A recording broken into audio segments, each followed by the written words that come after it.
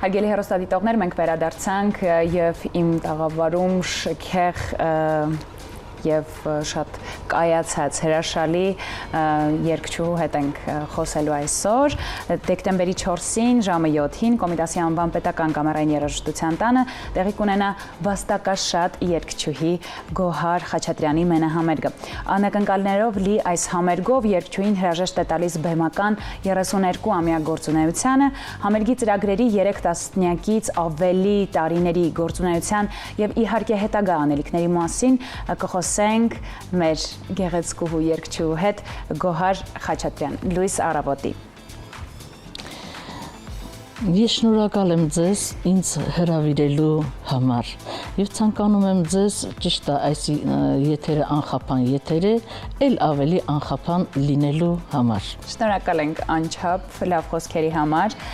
Դեկտեմբերի 4-ին ձեր մենահամերգը ոչ միայն երաժշտական իրադարձություն է, այլ յուրահատուկ ամփոփում այդ 32 տարիների եւ 32 տարվա կարիերան։ Ինչպիսի զգացումներով եք մոտենում այդ երեկոյին։ Ճիշտն ասած,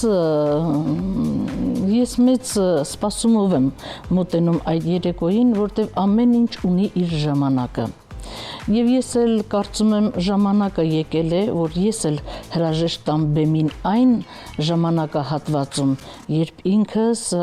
լինելով արդեն պրոֆեսիոնալ կատարող, հրաժեշտ տամ բեմին եւ էստաֆետը հանձնել երիտասարդներին։ Թեպետ պրոֆեսիոնալ երգարվեստը, պրոֆեսիոնալ մշակույթը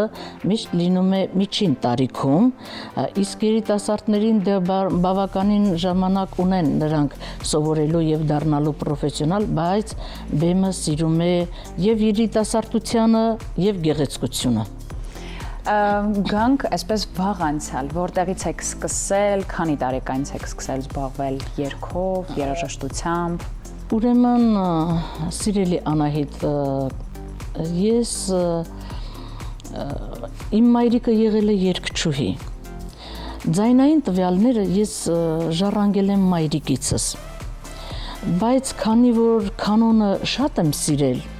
ես 7 տարեկանից հաճախել եմ կանոնի, սկզբում Ղուկաս Ղուկասյանի անվան պիոներների եւ դպրոցականների պալատում, հետո երբ տեղափոխվեցինք մասիվ բնակություն հաստատելու, այնտեղ բավականին երաժշտական դպրոցներ կար, ես տեղափոխվեցի մեր մոտի 4-րդ մասիվի երաժշտական դպրոց, ավարտելով այնտեղ կրթությունս շարունակեցի համալսարանի իրավաբանական ֆակուլտետ, բայց առաջի ֆակուլտետի 0 կուրսից ընդունվեցի, առաջի ֆակուլտետի 2-րդ սեմեստրից ես միտքս փոխվեց, նորից անցա մշակույթի, այսինքն անցա երգարվեստին։ Երգել եմ մայրիկիս հետ բավականին խմբեր երգել եմ, բայց պրոֆեսիոնալ արվեստ ես մտել եմ 94 թե 95 թվական, այդ երկու տվերի մեջ ես խառնում եմ, 94 թե 95 թվականներին եմ մտել պրոֆեսիոնալ երգեցողության մեջ, իհարկե շատ մեծ դեր խաղաց ինձ համար Արմենիա հեռուստատեսությունը, ես Արմենիա հեռուստատեսության միջոցով եմ սկսել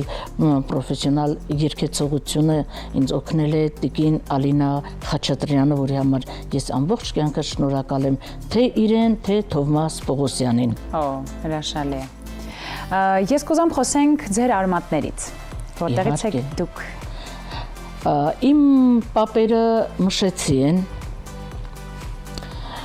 եւ ես տերտերի թորնուհի եմ, ուրեմն ամբողջ ապարանում եղել է 2 եկեղեցի, մեկը մեր գյուղում, մեկը ապարանում։ Եվ ամբողջ ապարանում եղել է 2 դպրոց,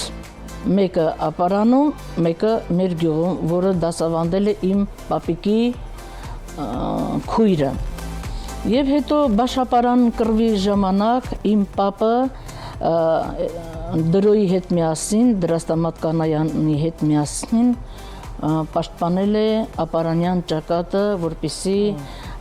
թուրքերը Շներխուժեն ապարան։ Իմ պապիկի եղբայրը եղել է Էջմիածնի նահանգապետը։ 18 թվականին, երբ հեղափոխությունը հաղթանակել է, իմ պապիկը լինելով դաշնակցական հեռացել է հայրենիքից, բնակություն հաստատելով Ֆրանսիա։ Եվ պատերազմի ժամանակ իմ պապիկը 42 թվականին գերի է ընկել համակենտրոնացման ճամբարում, հայկական լեգիոնում, եւ դրոն անցնելով հայկական լեգիոնը, տեսնելով իմ պապիկին, դուրս է բերել հայկական լեգիոնից եւ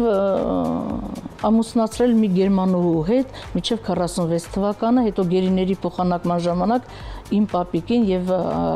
մի քանի պապիկիս, տատիկիս եղբայրների հետ միասին փոխանակելով ուղարկել հայրենիք։ Հրաշալի է։ Ես ուզում եմ ասել, կա ձեր կարիերայում մի այնպիսի երգ կամ կատարում, որը ձեր կյանքում ունեցել է ամենամեծ ազդեցությունը։ Սայատնովա։ Ո՞ր ստեղծագործություն։ Սայատնովայի բոլոր երգերը։ Հա։ Բոլոր երգերը։ Եվ ձեր հանդիսատեսը միշտ գնահատել է ձեր ձայնը, տեմբրը, զգացմունքայնությունը, ինչն եք համարում ձեր արվեստի ամենաուժեղ կողմը։ Գիտեք, երգելու ժամանակ ես չեմ զգացել իմ ամենաուժեղ կողմը որն է, որովհետև ես երգի մեջ եմ լինում եւ ուժեղա, թույլա, ինչպես է, երգողը իմ կարծիքով նա չի զգում, նա միայն պետք է այնպես կատարի, որ հանդիսատեսը համակ ուշադրությամբ լսի։ Ես միայն սթափվում եմ այն ժամանակ, երբ հանդիսատեսը հեռանդալից ծափահարում է։ Այո, համակարծիք եմ ձեզ հետ եւ հետաքրքիր է նաեւ այսօր ինչպիսին է ձեր երաժշտական ճաշակը,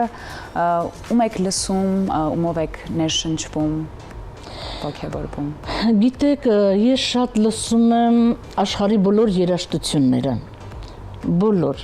Շատ եմ սիրում դասական երաժշտությունը, չափից շատ, բայց ժողովրդական երաժշտության մեջ շատ եմ լսում Ռուբեն Մաթևոսյանին, Օֆելիա Համբարձումյանին, շատ լսում եմ Շերամ սովորելու ժամանակ, լսում եմ Արաքսիա Գյուլզադյանին, Դուսի Քոշյանին, Աստղիկ Քամալյանին, մեր մեծերին։ Ֆունդամենտալ երաժիշտներին, երգչուհիներին, երգիչներին։ Այո։ Եվ մենահամերգը նաև յուրօրինակ հրաժեշտ է բեմից, ինչն է ձեզ դրդել այս կարևոր որոշմանը։ Ես ասացի, սիրելի Անահիտ, ես բեմին հրաժեշտ եմ տալիս ինչու համար, որտեղ գալիս է մի տարիք, որ պետք է թողնես այն ժամանակահատվածում, երբ դեռ դու կարող ես երգել։ Եվ պետք է պատվով հեռանաս։ Այո։ Որովհետև ամեն ինչի մեջ փառք ու պատիվը շատ գեղեցիկ հասկացողություն է։ Օրինակ դե կան, չէ, համաշխարհային երգչուհիներին, այսպես որ նայում ենք, մինչև 60 քանի տարեկան, 70 եւ անց երգում են, այսինքն դուք համակարծիք եք այդ մոտեցմանը, թե ձեր որոշումը շատ ավելի ճիշտ է։ Գիտեք, ես էլ արդեն մոտենում եմ 62-ին, սարերի հետևում չեմ ես։ Չի երևում բացարձակապ է։ Դե ես ինձ լավ եմ նայում։ Դուք արտիստ եք, բնականաբար, իսկ արտիստը կարծում եմ Չէ, դա էլ է գենետիկորեն, գիտեք։ Ես քաշել եմ իմ տատիկին։ Իմ տատիկներն էլ այսպես հրաշալի ձիգ մաշկ ունեն, տարիքով մեծ են, բայց Այո, իմ տատիկին, իմ տատիկը շատ իրեն հետևող տատիկ էր։ Հրաշալի է։ Համերգը լինելու է անակնկալներով լի, կարող եք մի փոքր բացել փակագծերը եւ ինչ սպասեն ձեր երկրպագուները։ Գիտեք, ես չեմ ուզում համերգային անակնկալներից խոսել։ Շատ լավ։ Թող մնա փակագծերը չենք բացում։ Թող մնա փակագծերի մեջ։ Փակագծերը փակ են մնում։ Շատ լավ։ Եվ ինչ նոր էջ եք բացում ձեր կյանքում համերգից, ինչ նոր էջ եք բացելու համերգից հետո ձեր կյանքում, այսպես արդեն հստակ որոշել եք, թե դեռ ոչ։ Այո։ Եթե որոշած չլինեի,